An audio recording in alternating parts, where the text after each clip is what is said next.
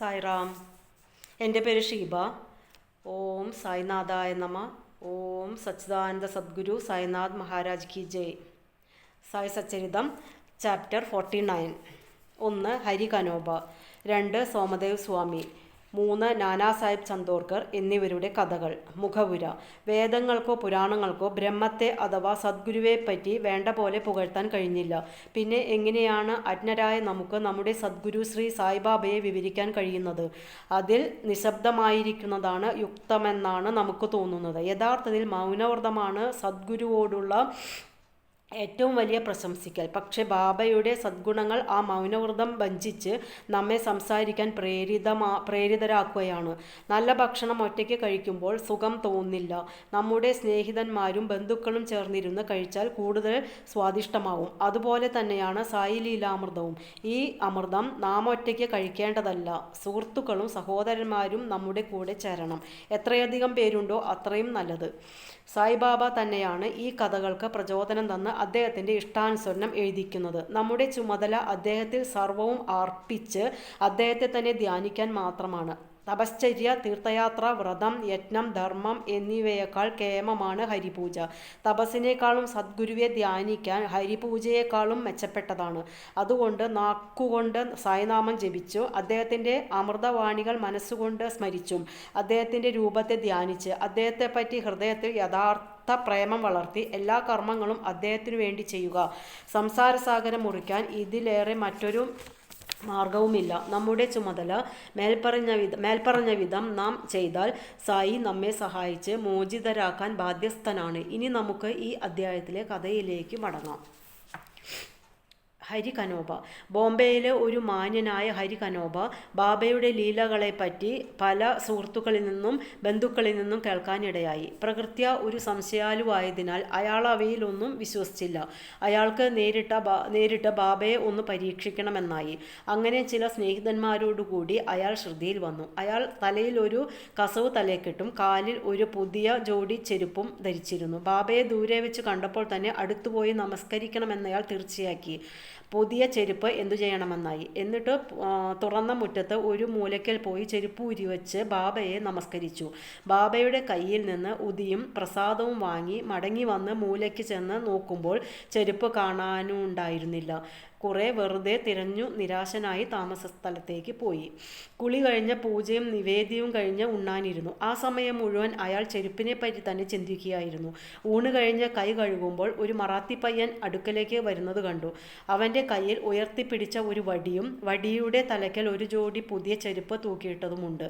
അവൻ കൈ കഴുകാൻ വന്നവരോട് ബാബ ഈ വടി അവനെ ഏൽപ്പിച്ചതാണെന്നും നിരത്തിലൂടെ ഹരിയുടെ മകൻ ജരീക തലയിൽ കെട്ടിയവൻ എന്ന് വിളിച്ചു പറയാനും ആരെങ്കിലും ചെരുപ്പിൻ്റെ ഉടമയാണെന്ന് പറഞ്ഞാൽ അയാളുടെ പേർ ഹരിയാണോ എന്നും കാരം പേരായ ആളുകളുടെ മകനാണോ എന്നും കസവ് തലയെ കെട്ടുണ്ടോ എന്നും നോക്കി തൃപ്തിപ്പെട്ടാൽ അയാൾക്ക് കൊടുക്കാനും ഏൽപ്പിച്ച് തന്നതാണെന്നും പറഞ്ഞു.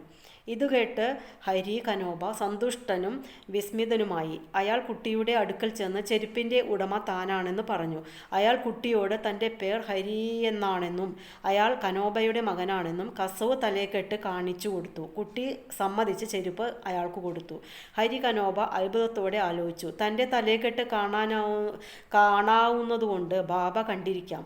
പക്ഷേ എങ്ങനെ ബാബയ്ക്ക് തൻ്റെ പേർ ഹരിയാണെന്നും കനോബയുടെ മകനാണെന്നും മനസ്സിലായി? ഇത് ആദ്യമായി താൻ ശ്രുതിയിൽ വന്നതുമാണ്. അയാൾ ബാബയെ പരീക്ഷിക്കാൻ മാത്രം വന്നവനാണ്. അതുകൊണ്ട് അയാൾക്ക് വേണ്ടത് കിട്ടിയതിനാൽ അയാൾ സന്തുഷ്ടനായി വീട്ടിലേക്ക് മടങ്ങി. സോമദേവ് സ്വാമി. ഇനി ബാബയെ പരീക്ഷിക്കാൻ വന്ന മറ്റൊരാളുടെ കഥ കേൾക്കുക. കാക്കാ സാഹേബ് ദീക്ഷിതിൻ്റെ സഹോദരൻ ബായിജി നാഗ്പൂരിൽ താമസിച്ചിരുന്നു. അയാൾ 1906 ഹിമാലയത്തിൽ പോയപ്പോൾ ഉത്തരകാശിയിലെ ഗംഗോത്രിയിൽ വെച്ച് ഹരിദ്വാറിലെ സോമദേവ് സ്വാമിയുമായി പരിചയപ്പെട്ടു. രണ്ടുപേരും അന്യോന്യ മേൽവിലാസങ്ങൾ കുറിച്ചെടുത്തു. 5 കൊല്ലങ്ങൾക്കു ശേഷം സോമദേവ് സ്വാമി നാഗ്പൂരിൽ വന്ന് ബായിജിയുടെ വിരുന്നുകാരനായി താമസിച്ചു. അവിടെ വച്ച് ബാബയുടെ ലീലകൾ കേട്ട് ശ്രുതിയിൽ പോയി ബാബയെ കാണാൻ ആഗ്രഹിച്ചു. ബായിജിയിൽ നിന്ന് ഒരു കത്തും വാങ്ങി. അദ്ദേഹം ശ്രുതിയിലേക്ക് പോയി. മൻമാഡിൽ നിന്നും കോപ്പർഗാവോണിലെത്തി ഒരു ഡോങ്ക പിടിച്ചു യാത്രയായി. ശ്രുതിക്കടുത്തെത്തിയപ്പോൾ മസ്ജിദിൽ നിന്ന് ഉയരത്തിൽ കെട്ടിയതായ 2 വലിയ കൊടിക്കൂറകൾ കണ്ടു. സാധാരണ ഋഷിമാർക്ക് പലതരം സ്വഭാവവും പലതരം ജീവിത രീതിയും പലതരം സജ്ജീകരണങ്ങളും കാണാറുള്ളതാണല്ലോ. ഈ വക പുറംകാഴ്ചകൾ കൊണ്ട് ഋഷിമാരെ വിലയിരുത്താൻ പാടുള്ളതല്ല. പക്ഷെ സോമദേവ് സ്വാമി അങ്ങനെ കരുതിയില്ല. ഈ കൊടികൾ പാറിക്കളിക്കുന്നതു കണ്ടപ്പോൾ അയാൾ വിചാരിച്ചു, എന്തിനാണ് ഒരു യോഗി കൊടിക്കൂറകൾ ഇഷ്ടപ്പെടുന്നത്? ഇത് യോഗിക്ക് ചേർന്നതാണോ? അത് യോഗിക്ക് കീർത്തിയോടുള്ള ആഗ്രഹമാണ് കാണിക്കുന്നത്. ഇതും വിചാരിച്ച് ഷിർദി യാത്ര വേണ്ടെന്ന് വെച്ച് താൻ മടങ്ങിപ്പോവുകയാണെന്ന് കൂട്ടുകാരോട് പറഞ്ഞു. അവർ അദ്ദേഹത്തോട്, പിന്നെ എന്തിനാണ് നിങ്ങൾ ഇത്രയും വന്നത്? കൊടി കണ്ട് ഇത്രയും അസുഖം തോന്നിയാൽ ഷിർദി രഥവും പല്ലക്കും കുതിരയും മറ്റു സജ്ജീകരണങ്ങളും കണ്ടാൽ എത്രമാത്രം തോന്നണം എന്ന് ചോദിച്ചു. സ്വാമി, അതിന് ഞാൻ ഇതുവരെ രഥവും കുതിരയും മേളവും മറ്റുമുള്ള സാധുക്കളെ കണ്ടിട്ടില്ല. എനിക്കത്തരം സാധുക്കളെ കാണുകയും വേണ്ട. അതുകൊണ്ട് ഞാൻ മടങ്ങിപ്പോവുകയാണ് എന്ന് ഉത്തരം പറഞ്ഞ് മടങ്ങാൻ ഒരുങ്ങി. കൂടെയുള്ളവർ അങ്ങനെ ചെയ്യരുതെന്ന് പറഞ്ഞു നിർബന്ധിച്ചു. അവർ അദ്ദേഹത്തോട് ദുഷ്ടചിന്തകൾ ഒഴിവാക്കാനും ബാബയ്ക്ക് ഈ വക കാര്യങ്ങളിലൊന്നും ഒരു ശ്രദ്ധയുമില്ലെന്നും ഇതെല്ലാം ഭക്തന്മാർ സ്നേഹം കൊണ്ട് അവിടെ ചെയ്യുന്നതാണെന്നും പറഞ്ഞ് ഒടുവിൽ പ്രേരിപ്പിച്ച് ഷിർദിയിൽ ചെന്ന് ബാബയെ കാണാൻ സമ്മതിപ്പിച്ചു. അവസാനം അവിടെ ചെന്ന് മുറ്റത്തു നിന്നുകൊണ്ട് ബാബയെ കണ്ടപ്പോഴേക്കും സ്വാമിയുടെ മനസ്സലിഞ്ഞ് കണ്ണു നിറഞ്ഞ് തൊണ്ടയിടറുകയും എല്ലാ ചീത്ത വിചാരങ്ങളും ഇല്ലാതാവുകയും ചെയ്തു. അദ്ദേഹം തൻ്റെ ഗുരു പറഞ്ഞ എവിടെ ശാന്തിയും സമാധാനവും കണ്ടെത്തുന്നുവോ അവിടെയാണ് അധിവാസത്തിനും വിശ്രമത്തിനുമുള്ള കേന്ദ്രം എന്ന വാക്കുകൾ ഓർമ്മിച്ചുപോയി. അദ്ദേഹത്തിന് ബാബയുടെ പാദരേണുക്കളിൽ കിടന്നുരുളണമെന്ന് തോന്നി. ബാബയെ സമീപിച്ചപ്പോൾ ബാബ കോപിച്ചു പറഞ്ഞു, നമ്മുടെ എല്ലാ വേണ്ടാത്ത സജ്ജീകരണങ്ങളും നമ്മുടെ കൂടെ ഇരിക്കട്ടെ. നീ നിന്റെ വീട്ടിലേക്ക് പോയിക്കോ. ഈ മസ്ജിദിൽ വീണ്ടും വന്നാൽ സൂക്ഷിച്ചോ. മസ്ജിദിൽ കൊടി പറപ്പിക്കുന്നവനെ എന്തിനു ദർശനം ചെയ്യണം? ഇത് യോഗിമാർക്ക് പറ്റിയതാണോ? ഇവിടെ ഒരു നിമിഷം നിന്നു പോകരുത്. സ്വാമി അത്ഭുതം കൊണ്ട് തരിച്ചു നിന്നുപോയി. ബാബ തൻ്റെ മനസ്സിലുള്ളതറിഞ്ഞുവെന്ന് സ്വാമിക്ക് മനസ്സിലായി. എത്രമാത്രം സർവജ്ഞനാണ് അദ്ദേഹം! സ്വാമിക്ക് താൻ ബുദ്ധിശൂന്യനാണെന്നും ബാബ ഏറ്റവും വിശിഷ്ടനും പരിശുദ്ധനുമാണെന്നും മനസ്സിലായി. ബാബ ചിലരെ കെട്ടിപ്പിടിക്കുന്നതും ചിലരെ കൈകൊണ്ട് തൊടുന്നതും ചിലരെ സമാധാനിപ്പിക്കുന്നതും ചിലരെ കരുണയോടെ കടാക്ഷിക്കുന്നതും ചിലരോട് ചിരിക്കുന്നതും ചിലർക്ക് പ്രസാദം കൊടുക്കുന്നതും അങ്ങനെ എല്ലാവരെയും സംതൃപ്തനാക്കുന്നതും സ്വാമി കണ്ടു. തന്നോട് മാത്രം ദയയില്ലാതെ പെരുമാറിയതെന്താണ്?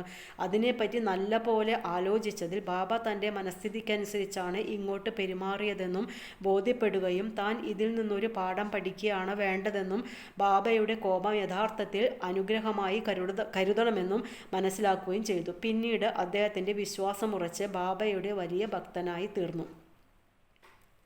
നാനാസാഹേബ് ചന്ദോർക്കറുടെ കഥയോടുകൂടി ഹേമന്ത് പാന്ത് ഈ അധ്യായം അവസാനിപ്പിക്കുന്നു.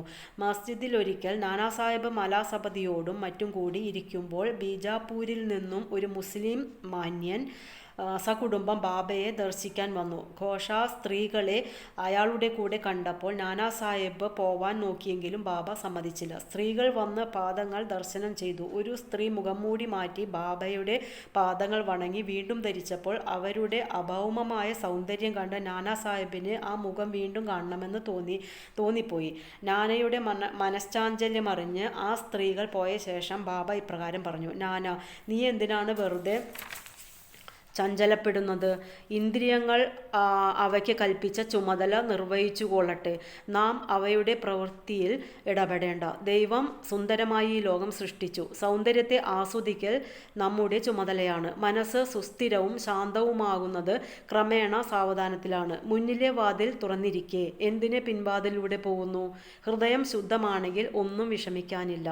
നമ്മിൽ ദുഷ്ടവിചാരമില്ലെങ്കിൽ ഒരാൾ എന്തിന് വേറൊന്നിനെ ഭയപ്പെടുന്നു? കണ്ണുകൾ അവയുടെ കൃത്യം നിർവഹിച്ചതിന് നീ എന്തിന് ലജ്ജാലുവും സംശയാലുവുമാകുന്നു? ശ്യാമ അവിടെ ഉണ്ടായിരുന്നെങ്കിലും ബാബ പറഞ്ഞതിൻ്റെ അർത്ഥം അയാൾക്ക് മനസ്സിലായില്ല. മടങ്ങിപ്പോവും വഴിക്ക് അയാൾ നാനയോട് സംഗതി എന്തെന്ന് ചോദിച്ചു. നാന ആ സുന്ദരിയെ കണ്ടതും മനശ്ചാഞ്ചല്യം വന്നതും ബാബ അത് സംബന്ധമായി ഉപദേശിച്ച വിവരവും പറഞ്ഞു. നാന ബാബ പറഞ്ഞതിൻ്റെ അർത്ഥം ഇങ്ങനെ പറഞ്ഞു: നമ്മുടെ മനസ്സ് സ്വതവേ ചഞ്ചലമാവാം, പക്ഷെ ശരീരത്തെ നിയന്ത്രണാതീതമാക്കരുത്. ഇന്ദ്രിയങ്ങൾ ചഞ്ചലമാവാം, പക്ഷെ ശരീരത്തെ നിയന്ത്രണത്തിൽ നിർത്തണം. അസ്വസ്ഥമാവാൻ അനുവദിക്കരുത്. ഇന്ദ്രിയങ്ങൾ വിഷയങ്ങൾക്ക് പിന്നാലെ പാഞ്ഞു പോവും. പക്ഷെ നമ്മുടെ മനസ്സ് കൂടെ പോയി വിഷയങ്ങളെ ആശിക്കരുത്. ക്രമവും സമാധാനവുമായ പരിശീലനം കൊണ്ട് അസ്വാസ്ഥ്യം ഇല്ലാതാക്കാം. ഇന്ദ്രിയങ്ങൾ നമ്മെ ഇളക്കി വിടരുത്.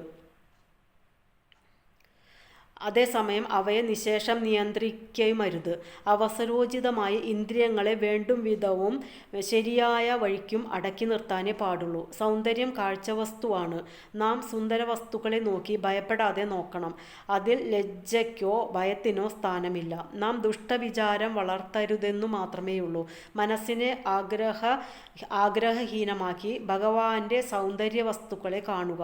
ഈ വിധം ഇന്ദ്രിയങ്ങളെ എളുപ്പത്തിലും സ്വാഭാവികവും നിയന്ത്രിക്കാൻ കഴിയുന്നതും വിഷയങ്ങളെ ആസ്വദിക്കൽ പോലും ഭഗവാനെ സ്മരിക്കാനുള്ള ഉപാധിയാക്കി തീർക്കാവുന്നതുമാകുന്നു. ബാഹ്യേന്ദ്രിയങ്ങൾ മാത്രം നിയന്ത്രിതങ്ങളാക്കി മനസ്സിനെ വിഷയങ്ങളിൽ വ്യാപരിപ്പിച്ച് അവയിൽ ആസക്തമാക്കിയാൽ നമ്മുടെ ജനന മരണചക്രം അവസാനിക്കുകയില്ല. ഇന്ദ്രിയ വിഷയങ്ങൾ ദോഷകരങ്ങളാണ്. വിവേകമെന്ന തേരാളിയെക്കൊണ്ട് മനസ്സിനെ നിയന്ത്രിച്ചാൽ ഇന്ദ്രിയങ്ങൾ അലഞ്ഞു തിരിഞ്ഞു പോവുകയില്ല. അത്തരം ഒരു തേരാളിയുടെ സഹായത്താൽ നാം അവസാന ആവാസസ്ഥാനമായ വിഷ്ണുപാദത്തിലെത്തി അവിടെ നിന്നും മടങ്ങി പോരാതിരിക്കും. ശ്രീ സായിയെ നമിക്കുവിൻ. ലോകശാന്തി ഭവിക്കട്ടെ. ശ്രീ സച്ചിദാനന്ദ സദ്ഗുരു സായിനാഥ് മഹാരാജ് കി ജയ്.